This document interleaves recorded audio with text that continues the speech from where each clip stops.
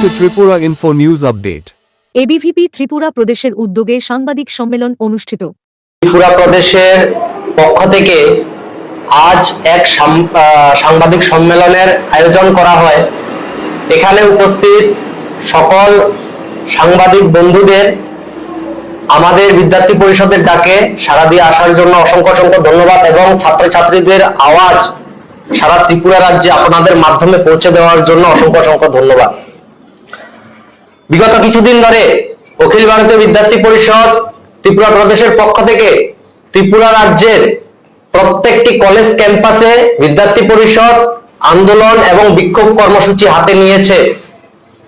এই বিক্ষোভ কর্মসূচি ছাত্রছাত্রীদের এই বিক্ষোভ কর্মসূচি ত্রিপুরার ভবিষ্যতের জন্য এবং ছাত্রছাত্রীদের ভবিষ্যৎ নিশ্চিত করার জন্য আমাদের এই আন্দোলন। আমাদের এই আন্দোলনের বিভিন্ন কারণ রয়েছে। যদি আমরা দেখি, ছাত্রছাত্রী যারা কলেজে পড়াশোনা করছে তাদের যে লাস্ট ইয়ার সেমিস্টারের যে রেজাল্ট তা শো করছে না, এবং আমরা যদি তার কয়েকটি কপি আমরা দেখি, এখানে আমরা দেখাচ্ছি আপনাদেরকে, যেখানে ছাত্রছাত্রীর বিভিন্ন যে তাদের বিগত সেমিস্টারের রেজাল্ট তারা দেখতে পাচ্ছে না, তাদের রেজাল্ট শো করছে না। এইভাবে তাদের যখন তারা ওয়েবসাইট ত্রিপুরা ইউনিভার্সিটির ওয়েবসাইট খুলছে, তাদেরকে এইরকম ভাবে তাদের বিভিন্ন মোবাইলে শো করছে, কম্পিউটার গুলোতে শো করছে, কিন্তু তারা তাদের রেজাল্ট দেখতে পাচ্ছে না। যার কারণে তারা যদি তারা বিগত সেমিস্টারের রেজাল্ট তারা যদি না দেখাতে পারে, তার যদি জমা না করতে পারে, তাহলে তারা পরবর্তী যে ফাইনাল সেমিস্টার এক্সাম আছে তা তারা দিতে পারবে না। তার জন্য মাত্র 2-3 দিন বাকি আছে। সেই জন্য বিদ্যার্থী পরিষদ আন্দোলন করছে যে এই সমস্যা যেন তাড়াতাড়ি সমাধান হয় এবং ছাত্রছাত্রীরা যেন তাদের ফাইনাল সেমিস্টার পরীক্ষা যেন দিতে পারে। সেই বিষয়ে যখন আমরা ত্রিপুরা ইউনিভার্সিটিকে অবগত করি, তারা প্রথমে কোনো রকম ভাবে কোনো সাড়া দেয়নি, কিন্তু গতকাল যখন আমরা আবার ত্রিপুরা ইউনিভার্সিটিতে যাই, তখন কিছু দিনের জন্য ডেট বাড়িয়েছে। কিন্তু সেই জায়গায় আমাদের প্রশ্ন রয়েছে, ছাত্রছাত্রীরা সিইউটি পিজির মাধ্যমে কিভাবে ভর্তি হবে? তাদের রেজাল্ট দেওয়া হচ্ছে না, তাহলে তারা কিভাবে তারা ইউনিভার্সিটি গুলোতে উচ্চশিক্ষার জন্য মাস্টার ডিগ্রির জন্য কিভাবে তারা পড়াশোনা করবে? সেখানে ভিসি মহোদয়ের কাছে আমাদের প্রশ্ন, কিন্তু মাননীয় ভিসি মহোদয় সেটারও কোনো যোগ্য জবাব দিতে পারেননি, কোনো সঠিক জবাব এখনো ওনার কাছ থেকে আসেনি।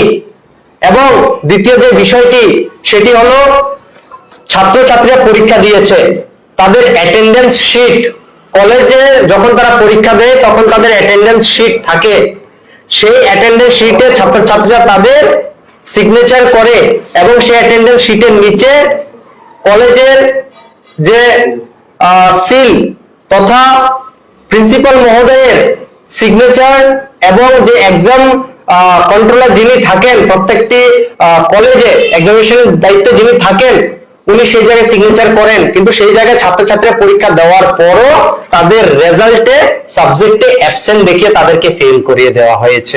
তার কয়েকটি প্রুফ আমরা আপনাদের সামনে তুলে ধরলাম। আপনারা দেখতে পারেন যে ছাত্রছাত্রীরা যেখানে তাদের পরীক্ষা দিয়েছে কিন্তু তাদেরকে অ্যাবসেন্ট দিয়ে দেওয়া হয়েছে, তারা পরীক্ষায় বসেছে।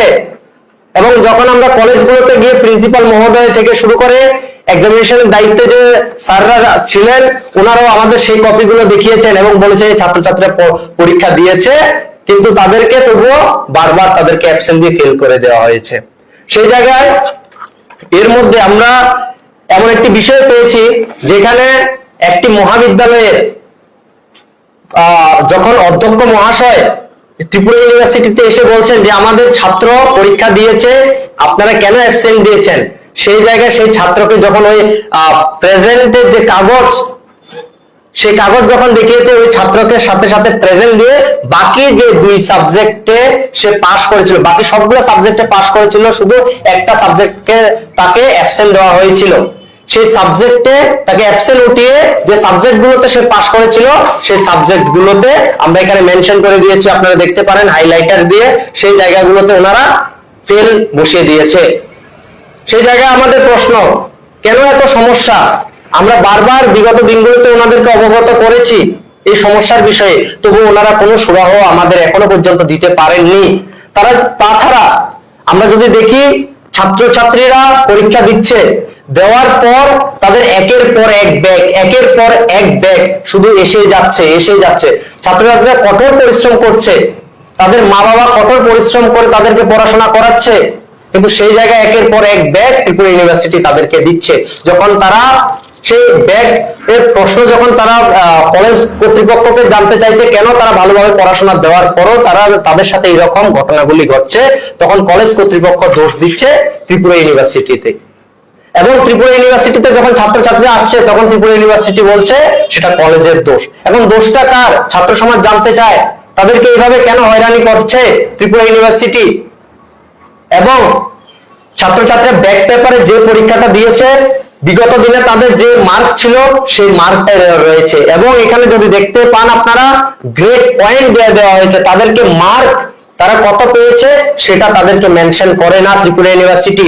এবং ত্রিপুরা ইউনিভার্সিটি আসার পর সেখানে যে কর্মকর্তারা রয়েছেন তারা তাদেরকে 100 টাকা প্রথম ফর্ম ফিল আপ, এরপর 500 টাকা তাদের যে পেপার চেক, টোটাল 600 টাকা দিয়ে রিভিউ দেওয়ার জন্য বলেন, পেপার দেখার জন্য বলেন। তো প্রত্যেকটা ছাত্রছাত্রীর ক্ষেত্রে ত্রিপুরা রাজ্যে 600 টাকা দিয়ে পেপার চেক করা তাদের পক্ষে সম্ভব নয়। এবং বর্তমান সময়ে যেমন আমাদের টিডিপি ছিল, সেখানে রিভিউ সিস্টেম ছিল, সেটা বর্তমানে ত্রিপুরা ইউনিভার্সিটি বন্ধ করে দিয়েছে।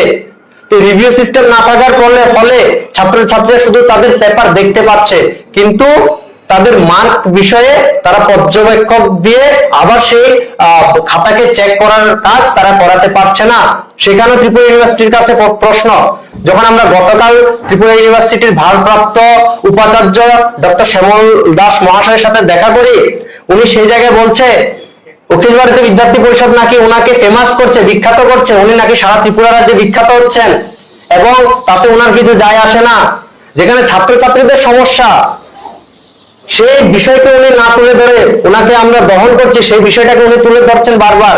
আমাদের যে আন্দোলন সেটা ব্যক্তিগত ডক্টর শ্যামল দাস মহাশয়ের উপর নয়, আমাদের যে আন্দোলন সেটা ত্রিপুরা ইউনিভার্সিটির ভারপ্রাপ্ত উপাচার্যের কে আমরা বলছি।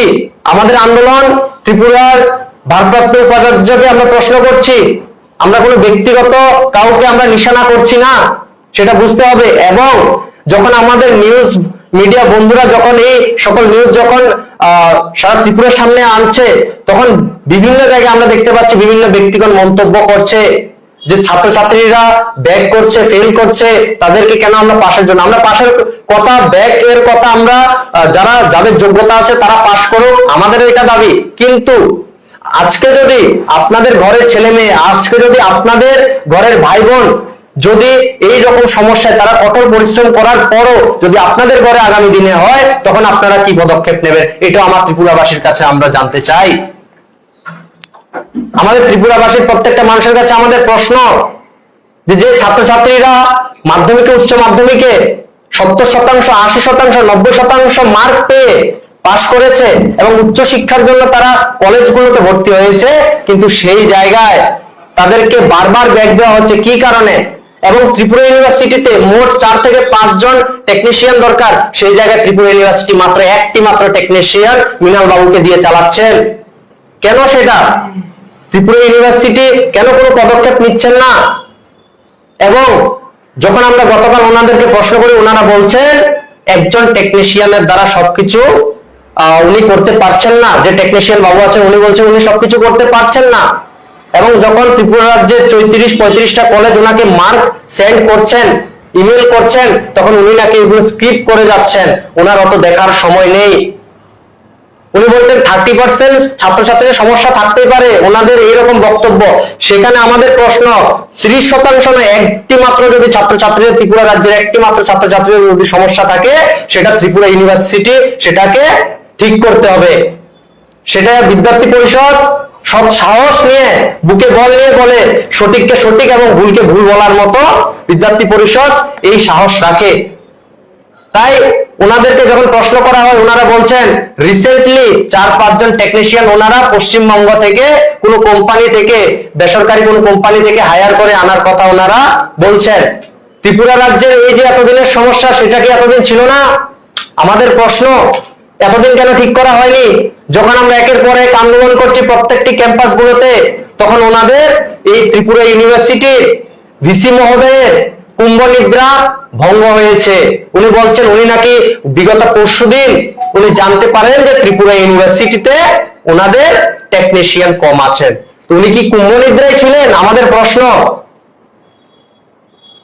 এবং আমরা যদি দেখি, আমাদের দুঃখের বিষয় ত্রিপুরার জন্য, ত্রিপুরা ইউনিভার্সিটির জন্য 2019 সাল থেকে ত্রিপুরা ইউনিভার্সিটিতে এক্সাম কন্ট্রোলার ইনচার্জ দিয়ে চলছে, বর্তমানে রেজিস্ট্রার ইনচার্জ, ভিসি ইনচার্জ, সবকিছু ইনচার্জ দিয়ে চলছে ত্রিপুরা একটি কেন্দ্রীয় বিশ্ববিদ্যালয়। আর এই বিশ্ববিদ্যালয়ের অধীনে বিভিন্ন ত্রিপুরা রাজ্যের কলেজগুলো রয়েছে, তাদের ভবিষ্যৎ কোন জায়গায়?